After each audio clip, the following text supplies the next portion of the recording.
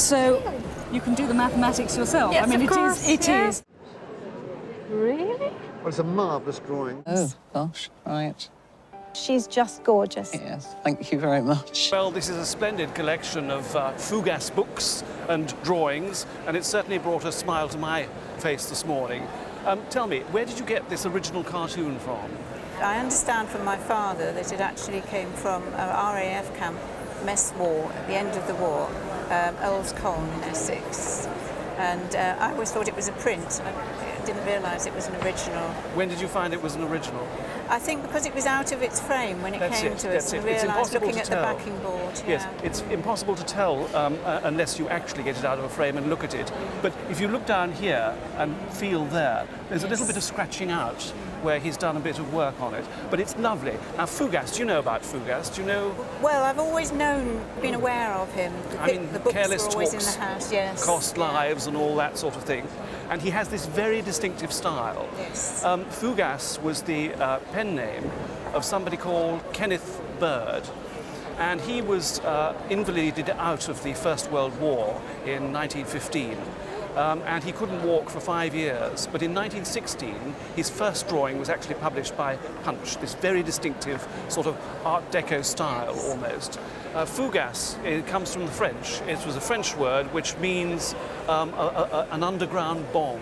A bomb was put in the ground and packed tightly with stones, and so when it blew, it would give the maximum damage. And I suspect that that's probably what happened to him during the war.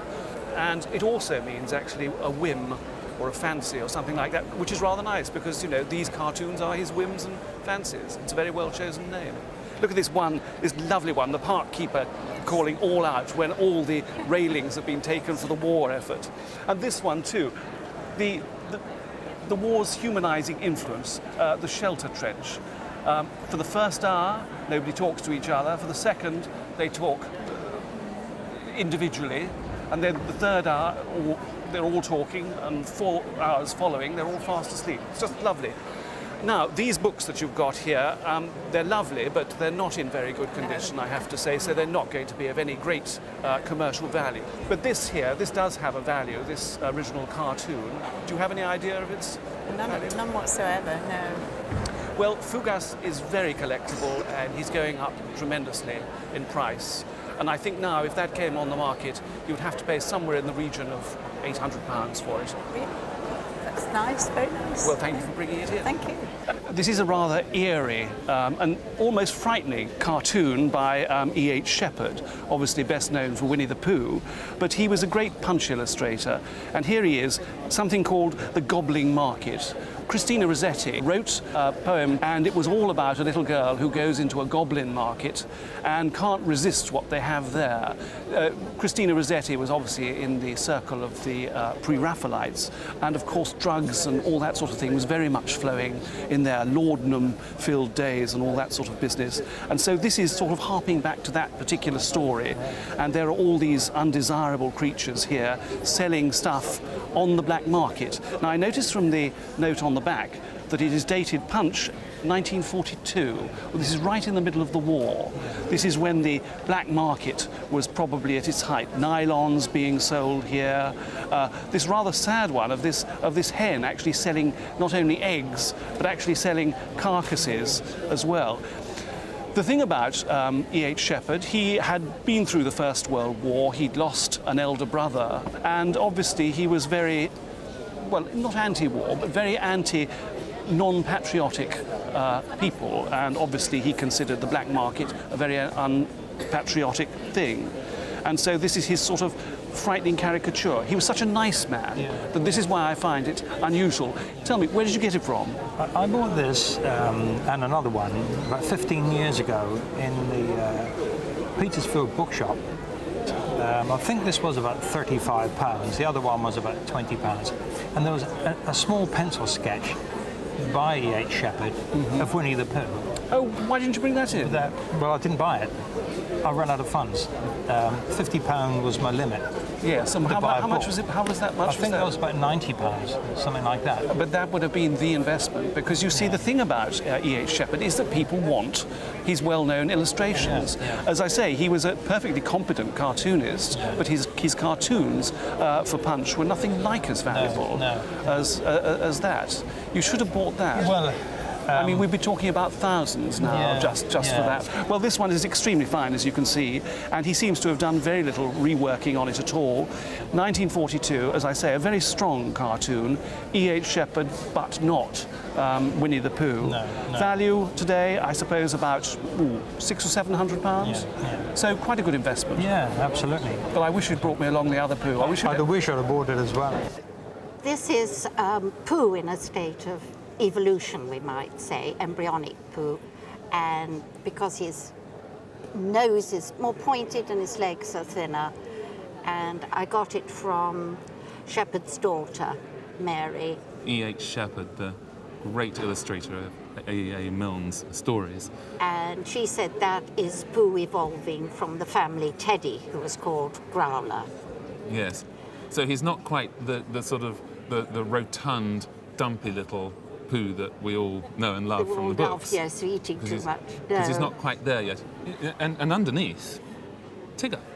Tigger, who is just sprung fully formed from the head of his creator, I think. You know, he just looks like Tigger looks, to me, Tigger looks in the book. Yes, absolutely. Yeah.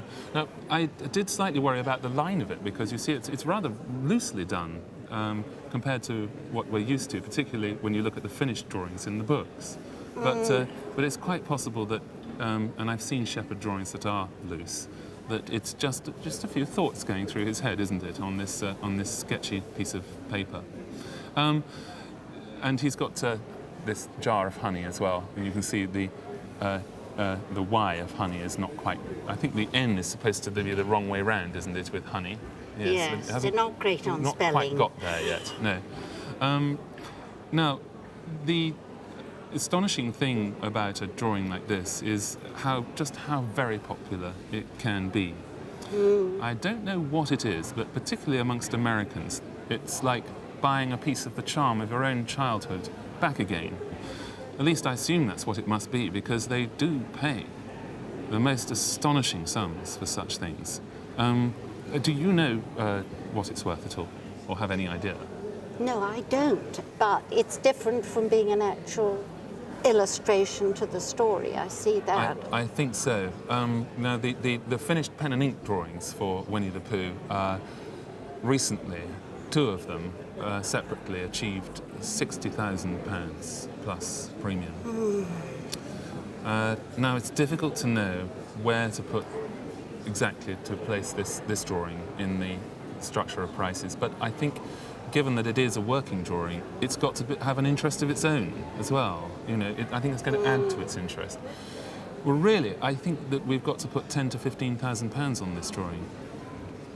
And given the level of interest in Pooh and E.H. Shepard generally, I wouldn't be at all surprised if two American collectors fought each other and drove it very much higher than that. This is my father, or a caricature of my father. He was editor of The Dandy from its first day in 1937 until he retired in 1982. Wonderful. 45 years. Desperate Dan was modelled on my father. My father's instructions to the artist were to draw him bigger than life, with a chin like mine, like a chest of drawers. And Dudley Watkins was the artist. How wonderful. Now, this isn't a Watkins, is it? No. This was drawn 2 years ago when I asked the artist, who actually temporarily took over after Dudley Watkins died. And this is by Charlie Grigg. He did this for me. How wonderful. As a memento. And these were also done for you, weren't they? Yes. Here we've got Christmas 1950 from Paddy Brennan, with all the well-known characters there: Keyhole Kate, Corky the Cat, Desperate Dan, Hungry Horace, and all the others. Yes.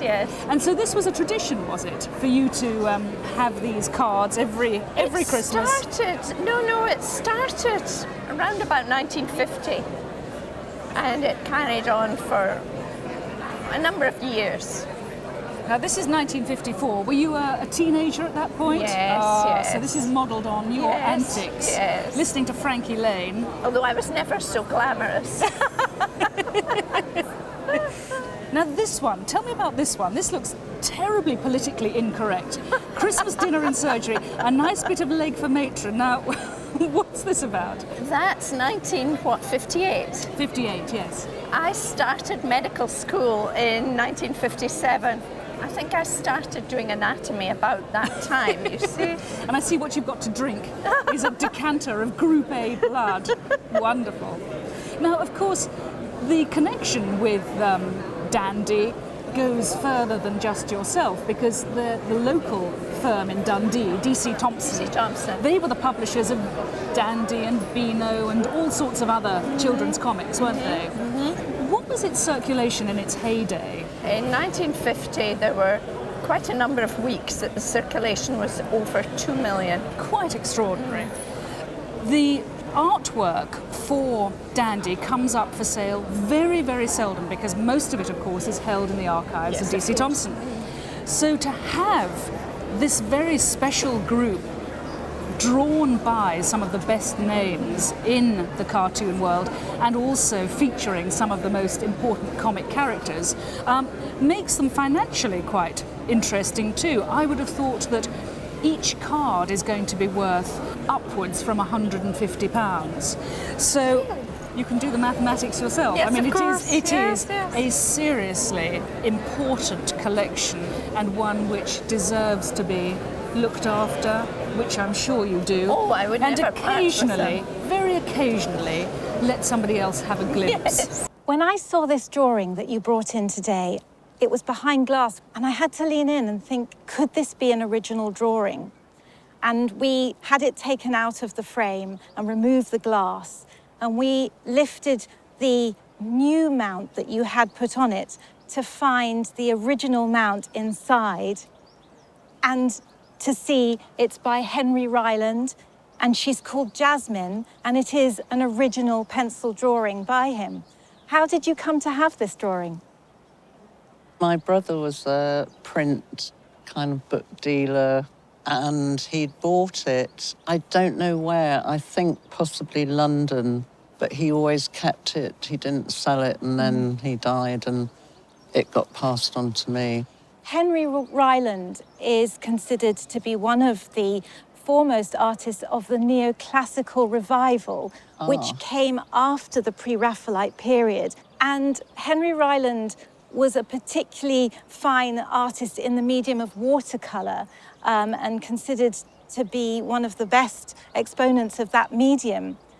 But this is a pencil drawing, and what strikes you when you look at it is the level of meticulous detail in the modelling and the drapery and the beautiful face, which he has captured so softly and so sympathetically. But there's something else about her that I think is worth mentioning, and that is that she might be dressed in classical drapery, but she's also very much a woman of her time. And at that time, in the late 19th century, around the 1870s, 1880s, the aesthetic movement was very much in fashion. And she looks very much like a contemporary woman, wearing the looser, more romantic clothing, casting away the tight-fitting, restrictive corsets.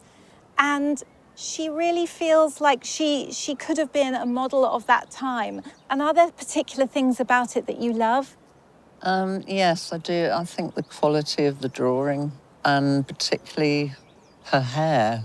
I just think it's so intricate, and I love the background as well, Yes, the jasmine plant. Absolutely, I love it. It's so delicately observed. Do you have any idea what your brother paid for it when he bought it? It certainly was like a couple of hundred, few hundred. Few hundred No pounds. more. No more. But I can't remember exactly. There was a drawing of a very similar model. It might have been the same model that came up for auction only a few months ago. And I would say that your drawing was equal, if not more, beautiful. Okay. I think if that example is anything to go by, this could easily fetch in the region of £30,000. Oh, gosh, right. She's just gorgeous. Yes, thank you very much. I really enjoyed hearing about Jasmine and that it would have been a model probably and what she represented. So, yes, it's a lot of money. Maybe I'll have a bit more, I don't know, respect. Maybe that's the right word. I have always loved looking at her, so I think she does deserve perhaps a more flamboyant frame, shall we say. So, yeah. Well, the artist is Stanley Spencer, one of the most important artists in Britain this century. A strange, small, squeaky-voiced little man from Cookham in Berkshire on the Thames.